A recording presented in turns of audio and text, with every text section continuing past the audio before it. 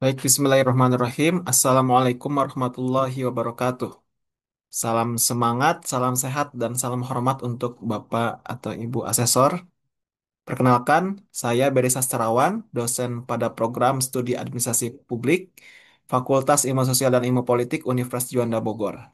Video ini saya sampaikan dalam rangka pernyataan diri dosen, unjuk kinerja, Tridharma Perguruan Tinggi atau disingkat dengan PDD UKT PT sebagai bentuk komitmen saya terhadap pelaksanaan Tridharma Perguruan Tinggi khususnya dalam bidang pengajaran. Harapannya video ini dapat memberikan gambaran utuh kepada asesor tentang praktik pembelajaran yang saya laksanakan secara profesional, inovatif, dan berlandaskan nilai-nilai karakter Tauhid Universitas Juanda Bogor. Pada kesempatan ini, saya akan memaparkan salah satu mata kuliah yang saya ampuh, yaitu Hukum Administrasi Negara. Mata kuliah ini merupakan mata kuliah wajib program studi administrasi publik semester 2 dengan bobot 3 SKS. Adapun deskripsi mata kuliah ini adalah membahas prinsip-prinsip dasar hukum administrasi negara yang mengatur relasi antara pemerintah dan warga negara. Mahasiswa akan memahami konsep negara hukum, kewenangan pejabat administrasi, asas-asas umum pemerintahan yang baik, tindakan pemerintahan, serta perlindungan hukum dan pertanggungjawaban pemerintah.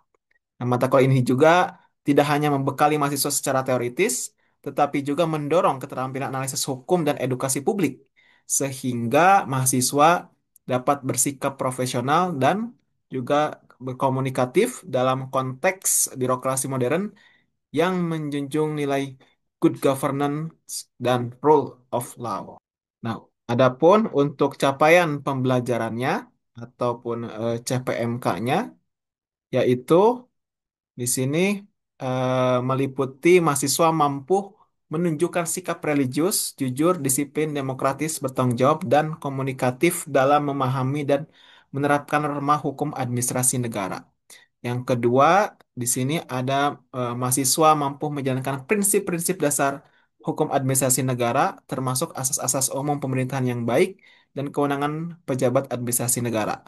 Yang ketiga, mahasiswa mampu menganalisis tindakan pemerintah berdasarkan asas hukum administrasi negara serta mengusulkan reformasi pelayanan publik. Dan yang keempat, mahasiswa mampu menyusun laporan hukum secara logis dan sistematis serta melakukan edukasi publik berbasis teknologi dan informasi. Nah, itu adalah salah satu ada 4 CPMK yang akan dicapai dalam satu semester ini. Kemudian selanjutnya adalah metode pembelajaran yang akan saya sampaikan yaitu DIA, yaitu Delivery, Interaction, dan Assessment. Nah, pendekatan ini saya padukan dengan media digital seperti LMS, yaitu dengan bekerjasama dengan Edlink, yang telah terintegrasi dengan Siakat Cloud, serta interaksi kreatif melalui platform seperti mentimeter.com, nah, agar mahasiswa dapat menyampaikan pendapat secara interaktif dan inklusif, bahkan dalam pembelajaran daring sekalipun. Kemudian dalam proses penyampaian delivery ini, yaitu mata kuliah Hukum Administrasi Negara, saya menyusun materi pembelajaran berdasarkan rencana pembelajaran semester berbasis OBE atau Outcome Based Education, yaitu pendekatan pembelajaran yang berfokus pada pencapaian hasil pembelajaran yang terukur dan bukan hanya pada penyampaian materi. Dengan kata lain, RPS OBE ini dirancang untuk memastikan bahwa semua kegiatan pembelajaran dan penilaian diarahkan untuk mencapai hasil belajar yang spesifik dan terukur yang telah ditetapkan. Maka dari itu, program studi mengacu pada CPMK serta nilai-nilai karakter Tauhid Universitas Juanda Bogor.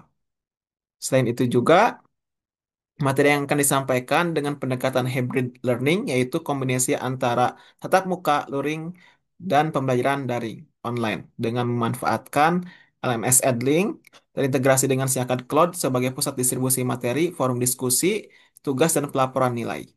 Kemudian slide PowerPoint, dokumen hukum, artikel jurnal, dan video hukum aktual untuk memperkuat pengalaman belajar kontekstual.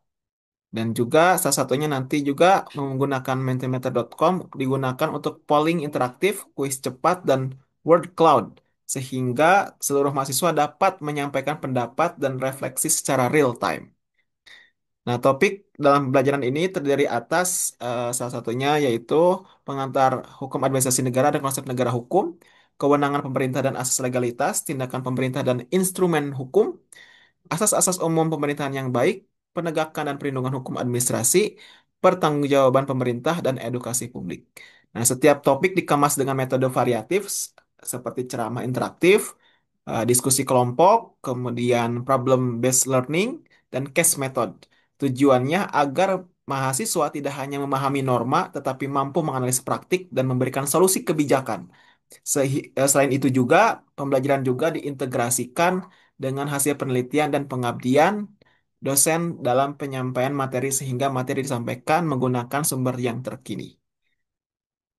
Nah, kemudian selanjutnya itu adalah dari segi delivery. Untuk interactionnya dengan mahasiswa, yaitu pendekatan pembelajaran saya berdasarkan pada prinsip student-centered learning yang menempatkan mahasiswa sebagai subjek aktif dalam proses pembelajaran, ya. Interaksi dibangun secara dialogis dan partisipatif, baik secara langsung maupun melalui media daring. Nah, beberapa bentuk interaksi yang saya lakukan di sini yaitu diskusi langsung. Ya. Diskusi langsung ini salah satunya bagaimana mahasiswa ini bisa simulasi hukum, ya, dan debat singkat agar mahasiswa terbiasa berpikir kritis dan argumentatif. Nah, kemudian selanjutnya interaksi digital melalui platform di LMS dan grup WhatsApp, ya, ataupun kalau diskusi saya sediakan untuk grup diskusi di Adlink supaya nanti mahasiswa bisa berdiskusi juga di dalam LMS. Kemudian penggunaan mentimeter.com juga, ya, yang sangat membantu menjangkau partisipasi semua mahasiswa termasuk cenderung pasif atau secara verbal. Jadi ketika misalnya tidak bisa secara langsung saya tanyakan misalnya mahasiswa mungkin tidak semuanya bisa menjawab, ya. Sehingga dengan adanya Mentimeter ini bisa membentuk partisipatif secara menyeluruh. Jadi semua mahasiswa bisa berpartisipasi, ya, secara tertulis. Nah, kemudian yang selanjutnya mahasiswa diberi kesempatan menyampaikan refleksi singkat atau kesimpulan materi di akhir sesi sebagai bentuk keterlibatan emosional dan intelektual mereka. Nah, saya juga memberikan penguatan karakter seperti sikap jujur, tanggung jawab, dan profesional melalui pengelolaan kelas berbasis reward atau poin keaktifan dan pemberian tanggung jawab akademik secara bertahap. Adapun secara asesmen, ya, untuk yang penilaian pembelajaran, proses evaluasi asesmen ini saya lakukan secara berkelanjutan berbasis pada prinsip edukasi dan pengembangan kemampuan real, objektivitas dan transparansi, dan akuntabilitas terhadap pencapaian pembelajaran. Nah, maka dari itu ada komponen yang akan saya sampaikan bahwa ada komponen-komponen tertentu yang dinilai eh, oleh saya. Itu di sini ada komponen penilaian, ya. Komponen penilaian ini yaitu keaktifan dan partisipasi diskusi sebanyak 15%, tugas dan kuis formatif 20%, presentasi makalah dan proyek akademik 20%, ujian tengah semester 20%, dan ujian akhir semester 25%. Seluruh proses penilaian ini ya disampaikan secara eksplisit di awal pertemuan melalui kontrak kuliah dan LMS. Nilai dapat diakses secara real time melalui Adlink dan mahasiswa juga diberi umpan balik tertulis atas tugas dan presentasinya. Nah, kemudian setiap sesi pembelajaran juga ditutup dengan kesimpulan oleh mahasiswa, kuis singkat post-test untuk mengukur pemahaman langsung, baik itu misalnya di Adlink ataupun menggunakan platform lain seperti Quizizz dan Kahoot.it. Kemudian pernyataan reflektif, misalnya apa praktik hukum administrasi negara yang sering dilanggar di Indonesia hari ini dan apa solusinya misalnya.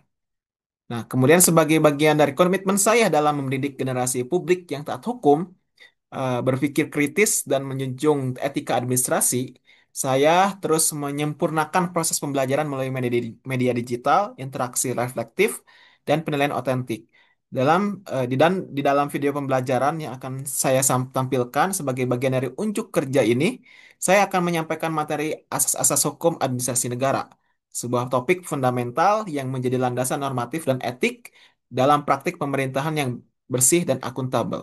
Materi ini sangat relevan karena menyentuh prinsip-prinsip utama yang harus dipahami oleh mahasiswa administrasi publik. Saya percaya bahwa membekali mahasiswa dengan pemahaman mendalam tentang asas-asas ini adalah langkah strategis untuk mencetak administrator publik yang tangguh, bermoral, dan berjiwa pejuang, sebagaimana nilai-nilai karakter Tauhid Universitas Juanda Bogor yang menjadi fondasi kami. Oleh karena itu, sebagai penutup, saya ingin memberikan sebuah quotes, yaitu mengajar bukan hanya menyampaikan, tetapi membangun karakter dan kesadaran hukum. Terima kasih. Selanjutnya, materi yang akan saya sampaikan tentang asas-asas hukum administrasi negara akan saya sampaikan di berikut ini. Terima kasih. Ya, Bismillahirrahmanirrahim. Assalamualaikum warahmatullahi wabarakatuh. Waalaikumsalam warahmatullahi wabarakatuh. Waalaikumsalam warahmatullahi wabarakatuh. Waalaikumsalam warahmatullahi wabarakatuh. Gimana kabarnya? Sehat semua? Alhamdulillah Pak sehat. Alhamdulillah sehat, Pak. Ya, baik. Alhamdulillah ya. Baik, kita Alhamdulillah sehat. akan mulai kuliah ini ya dengan berdoa terlebih dahulu menurut kepercayaan keyakinan masing-masing. Berdoa dimulai.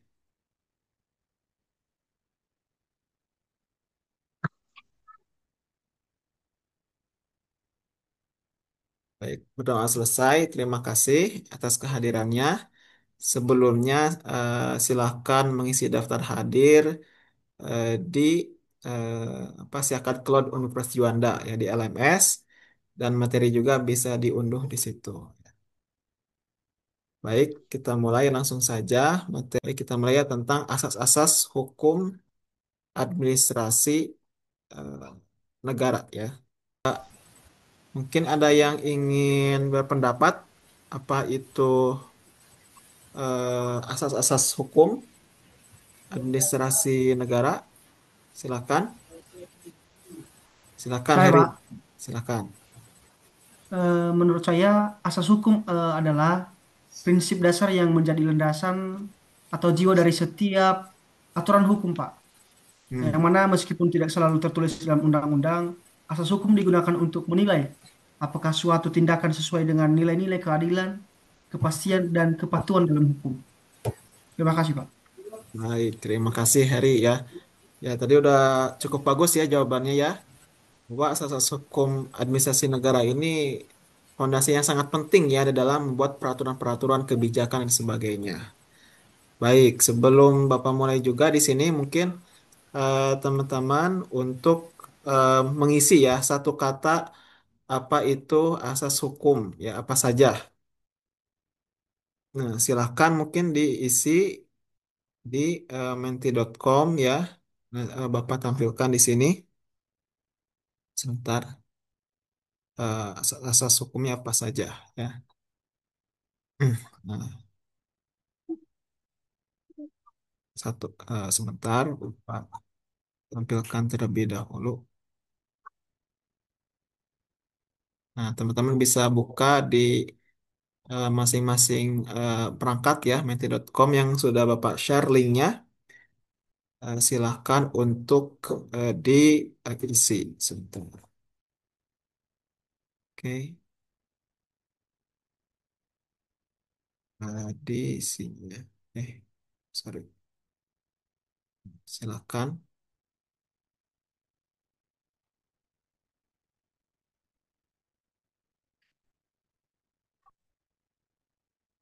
Nah, ini ya. Satu kata untuk asas hukum apa saja? Silakan coba diisi ya. Silakan untuk mengklik menti.com.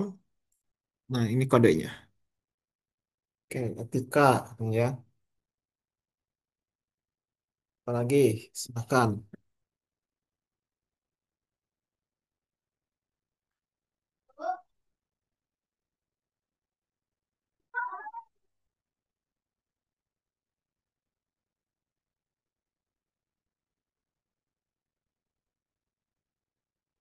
Dan etika ada lagi mungkin. Hmm. Hmm. Nah, transparansi. Oke. Ada lagi?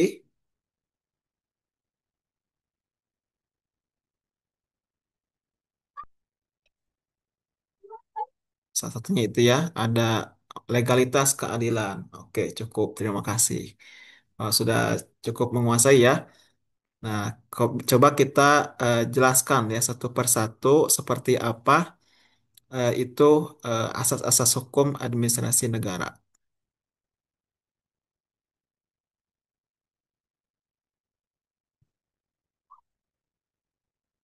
Terlihat slide-nya?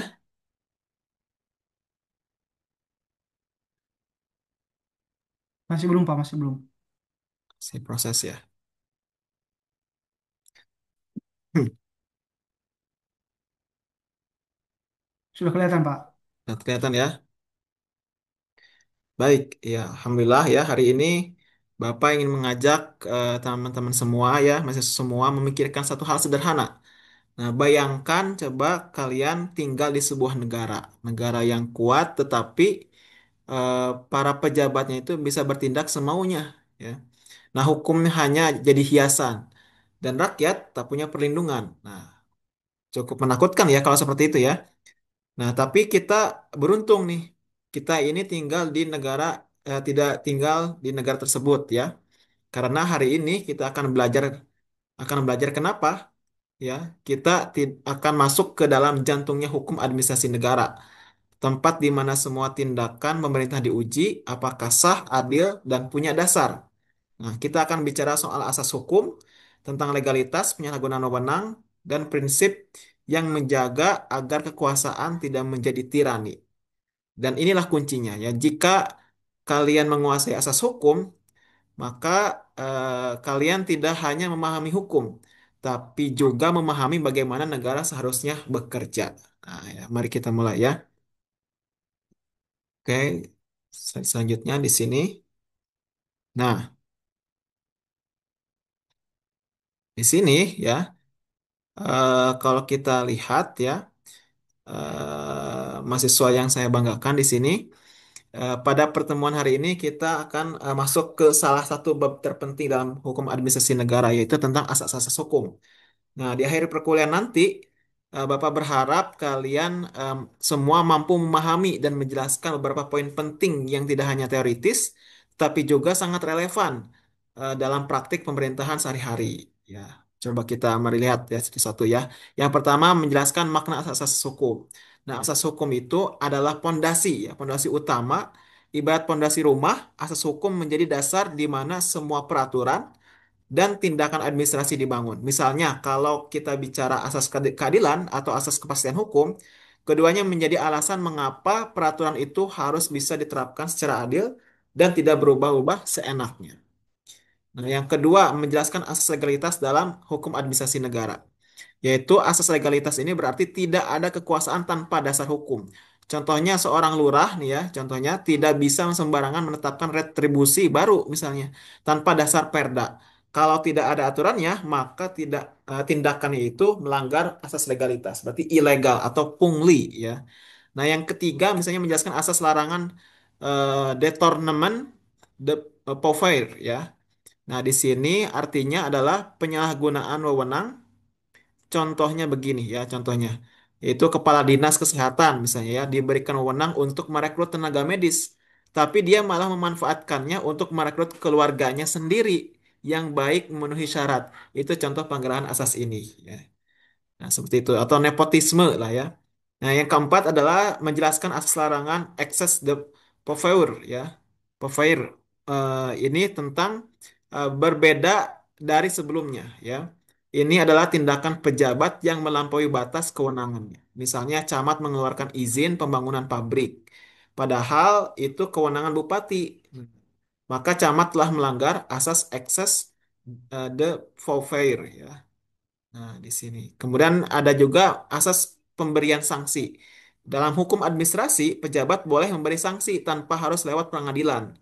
Nah, misalnya Dinas Perhubungan, ya, kayak penelitiannya yang misalnya Gladys, ya. pernah diteliti, misalnya Dinas Perhubungan bisa langsung menindak angkot tanpa trayek resmi.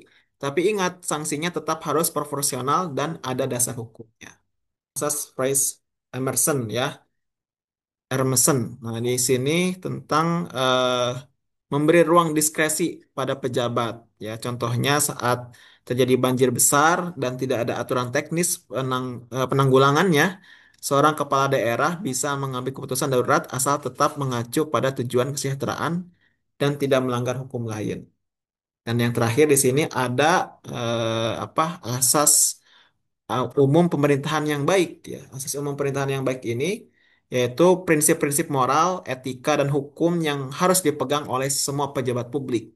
Contohnya prinsip keterbukaan. Kalau ada perubahan zonasi sekolah misalnya ya, Dinas Pendidikan wajib menyampaikan informasi itu secara terbuka kepada masyarakat, bukan diam-diam. Nah, jadi harus ada transparansi contohnya. Jadi dengan memahami asas-asas tersebut ya, eh, kalian tidak hanya akan tahu apa itu hukum administrasi negara, tapi juga mampu mengkritisi apakah suatu kebijakan atau tindakan pemerintah itu sudah benar-benar secara hukum atau belum, legal atau tidak, ya. Nah, coba kita ke slide selanjutnya akan berbicara tentang apa itu asas hukum, ya. Seperti apa itu asas hukum? Nah, teman-teman semuanya, sebelum kita masuk ke macam-macam asas hukum administrasi negara, kita harus pahamin dulu apa itu asas hukum. Nah, asas hukum itu adalah prinsip dasar atau nilai-nilai umum yang menjadi jiwa dari setiap peraturan. Ya, kalau peraturan itu ibarat tubuh manusia, maka asas adalah jantungnya. Dia yang memberi nyawa agar hukum itu punya arah dan tujuan. Nah, menurut Van der Velden mengatakan asas hukum adalah tolak ukur untuk menilai suatu keadaan. Artinya asas ini digunakan untuk menimbang apakah suatu tindakan itu sesuai atau tidak dengan semangat hukum. Ya, seperti keadilan, ketertiban, kesetaraan, dan sebagainya. Nah, misalnya kita punya aturan tentang penggusuran lahan oleh pemerintah. Secara hukum mungkin itu sah, tapi apakah dilakukan dengan adil, proporsional, dan manusiawi? Nah, disinilah peran asas hukum seperti asas keadilan, kepastian hukum, dan kepentingan umum. Digunakan untuk menilai tindakan pemerintah bukan hanya dari segi legalitas formalnya, tetapi juga dari nilai-nilai etikanya. Nah, misalnya pendapat dari Sucipto Raharjo, ya, seorang tokoh besar hukum Indonesia menyebut asas hukum sebagai jantung hukum. Ia menyampaikan bahwa beliau menyampaikan bahwa kita jangan hanya terpaku pada aspek hukum, tapi juga harus melihat roh dan semangat dari hukum itu sendiri. Jadi ketika kita bicara hukum administrasi negara, kita tidak hanya melihat apakah pejabat bertindak sesuai aturan tertulis, tapi juga apakah tindakan itu adil, bijaksana, dan tidak menyalahgunakan kekuasaan. Maka memahami asas hukum adalah bekal awal untuk menjadi pengamat hukum yang tajam, ya, dan bahkan menjadi birokrat yang bertanggung jawab suatu saat ya kalian semua. Nah, baik setelah ini kita akan membahas tentang asas hukum administrasi negara yang wajib kita ketahui. Dimulai dari asas legalitas yang merupakan fondasi dari semua asas lainnya. Slide selanjutnya ya. Nah, di sini asas legalitas ini eh, paling dasar ya dalam hukum administrasi negara ya. Maka dari itu istilah legalitas ini mungkin sudah tidak asing ya bagi kita. Tapi mari kita lihat konteks dalam hukum administrasi negara. Nah, asas legalitas itu artinya tidak boleh ada tindakan pemerintah tanpa dasar hukum. Jadi pemerintah tidak boleh bertindak atas dasar kalau tanpa ada hanya hukumnya ya, ada aturannya. Atau dengan kata lain, tiada kekuasaan tanpa undang-undang. Ini dikenal dengan bahasa Belanda sebagai het bestuur is aan de wet onderworpen, ya, yang berarti kekuasaan pemerintah harus tunduk kepada hukum. Nah, contoh kasusnya misalnya seorang camat tiba-tiba menetapkan pajak kendaraan tambahan di wilayahnya. Pertanyaannya, apakah camat punya wewenang? Kalau tidak ada dasar hukum seperti perda atau peraturan yang lebih tinggi, maka itu melanggar asas legalitas. Atau kita sering sebut dengan pungli. Nah, jadi meskipun tujuannya mungkin baik misalnya untuk perbaikan jalan, tapi dasar hukumnya tidak ada, ya maka itu batal demi hukum. Ya. Nah, maka penting ya dalam legalitas ini ya, eh, teman-teman semuanya, yaitu apa saja melindungi rakyat dari kesewenang-wenangan pejabat, memberi kepastian hukum, dan menjaga agar seluruh tindakan administratif punya batasan dan akuntabilitas. Maka kita hidup di negara hukum, negara Indonesia negara hukum ya, pasal 1 ayat 1, bukan negara kekuasaan. Jadi setiap keputusan apapun bentuknya, entah itu keputusan, surat edaran, bahkan instruksi harus punya dasar hukum yang jelas. Nah, nanti praktiknya kita akan lihat ya bahwa banyak gugatan masyarakat terhadap pemerintah justru karena tindakan yang melanggar asas legalitas ini. Nah, setelah ini kita akan lanjut ke slide berikutnya tentang determinant the pouvoir ya, yaitu atau penyalahgunaan wewenang. Ya, di slide kelima, menyeimbangkan tindakan administratif yang sah dan penyalahgunaan kekuasaan. Ya. Nah, di sini Bapak akan jelaskan. Misalnya di sini kita membahas asas legalitas tadi ya, udah ya. Sekarang kita masuk pada dua asas yang seringkali terdengar asing namanya, tapi sangat penting dalam praktik pemerintah, yaitu asas larangan determinant the pouvoir ya, dan asas larangan access the uh, pouvoir ya. Kedua istilah ini berasal dari bahasa Prancis karena memang banyak teori hukum administrasi yang berkembang dari Eropa kontinental, terutama Prancis dan Belanda. Ya, nah ini menjadi dasar kekuasaan, yaitu tindakan administratif yang sah tadi ya, artinya dan penyalahgunaan kekuasaan.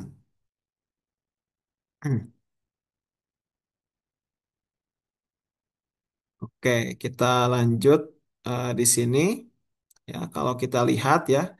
Tujuannya sah, penggunaan yang adil. Ini tindakan administratif yang sah. Kalau di sini tujuan yang tidak sah, penggunaan yang tidak bertanggung jawab, penyalahgunaan kekuasaan, korupsi ya. Nah, jadi maka ada tindakan pidana ya, tindak pidana ada tindakan administratif ya, pelanggaran administratif ada pelanggaran pidana. Nah, di sini ada komponen sanksi administratif ya, yang dijelaskan lebih rinci ya di sini.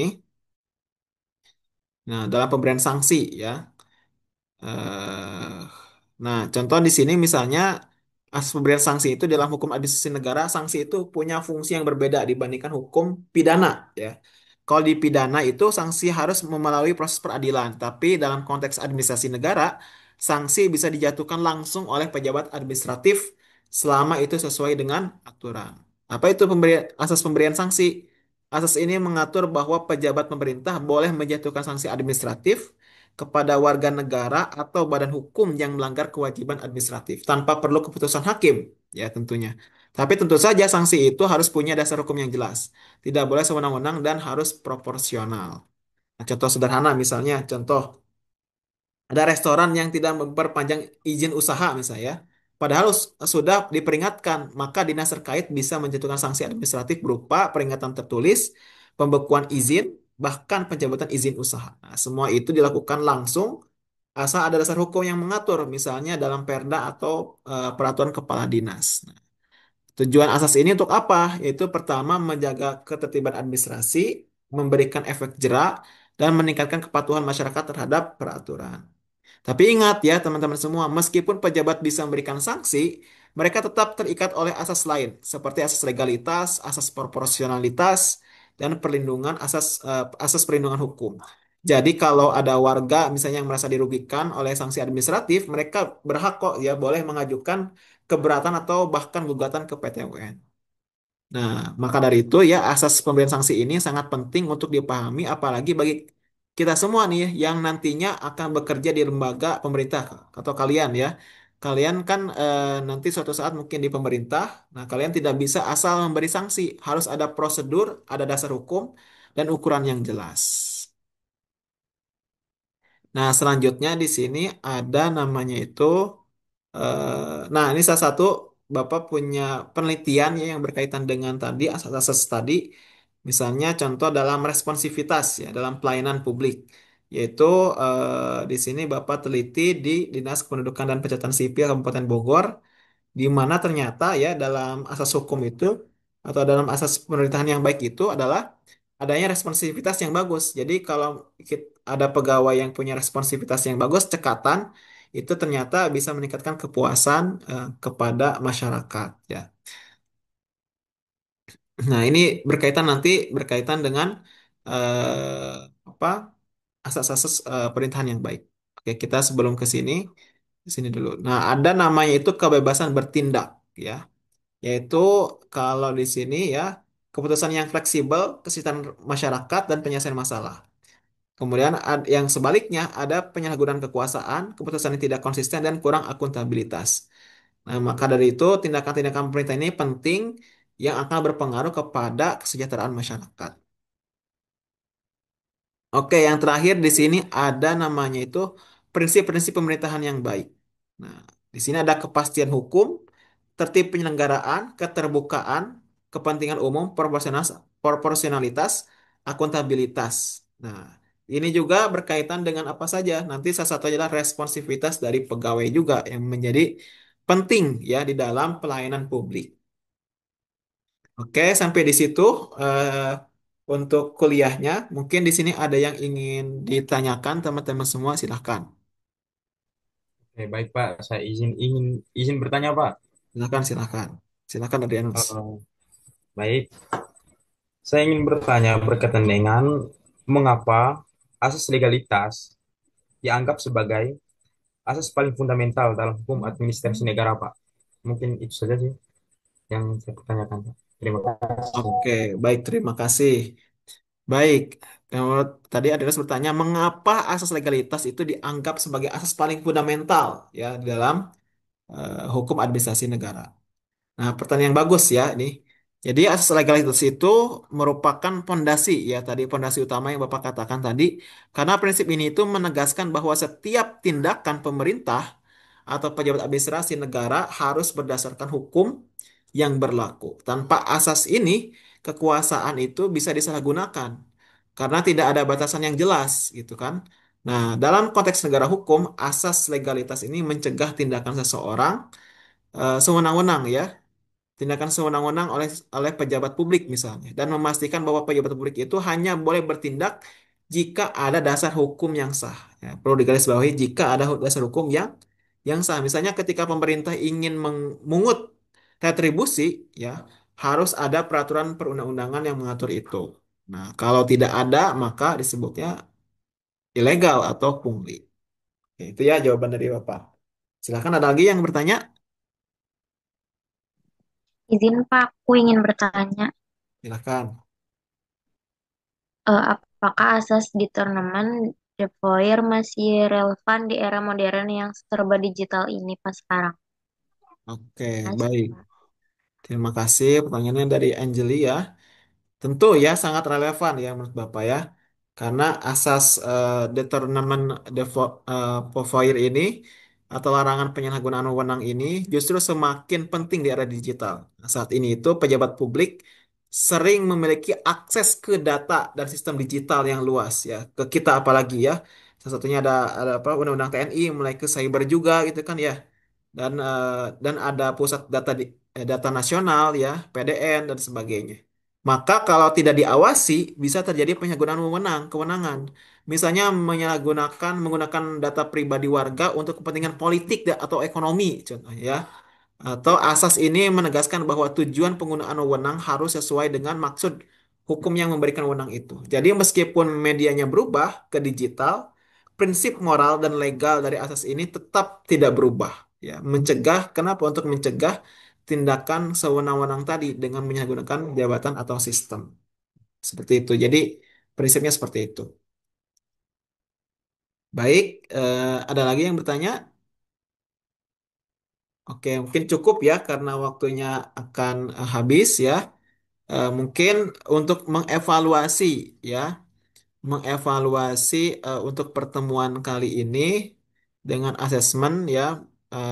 Silahkan teman-teman di sini ada kuis ya untuk di-scan dan dikerjakan ya.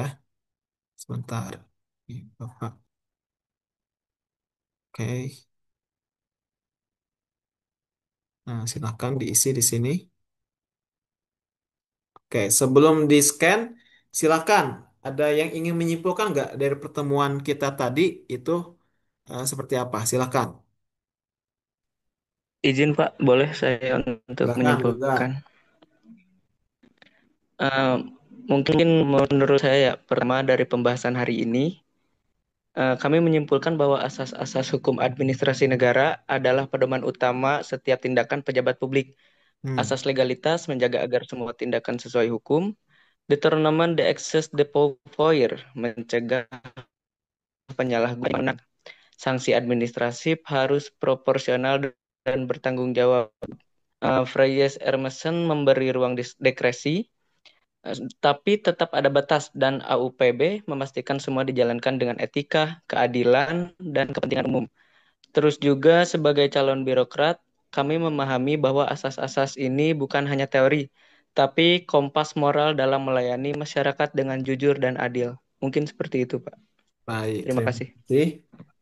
Baik, betul ya. Tadi sampaikan tadi tentang itu tadi yang diwanti-wanti adalah jangan sampai ada pelanggaran hukum ya, penyalahgunaan wewenang. Seperti itu. Baik, Bapak atau Ibu asesor, demikian pernyataan saya dalam unjuk kerja Tridharma Perguruan Tinggi dalam bidang pengajaran.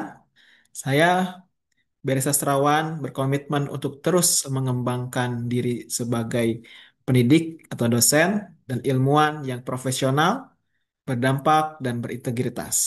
Semoga kontribusi ini dapat dinilai dengan cukup objektif dan memberikan manfaat bagi institusi dan masyarakat. Terima kasih banyak atas perhatian dan penilaian yang diberikan Bapak atau Ibu Asesor. Wassalamualaikum warahmatullahi wabarakatuh.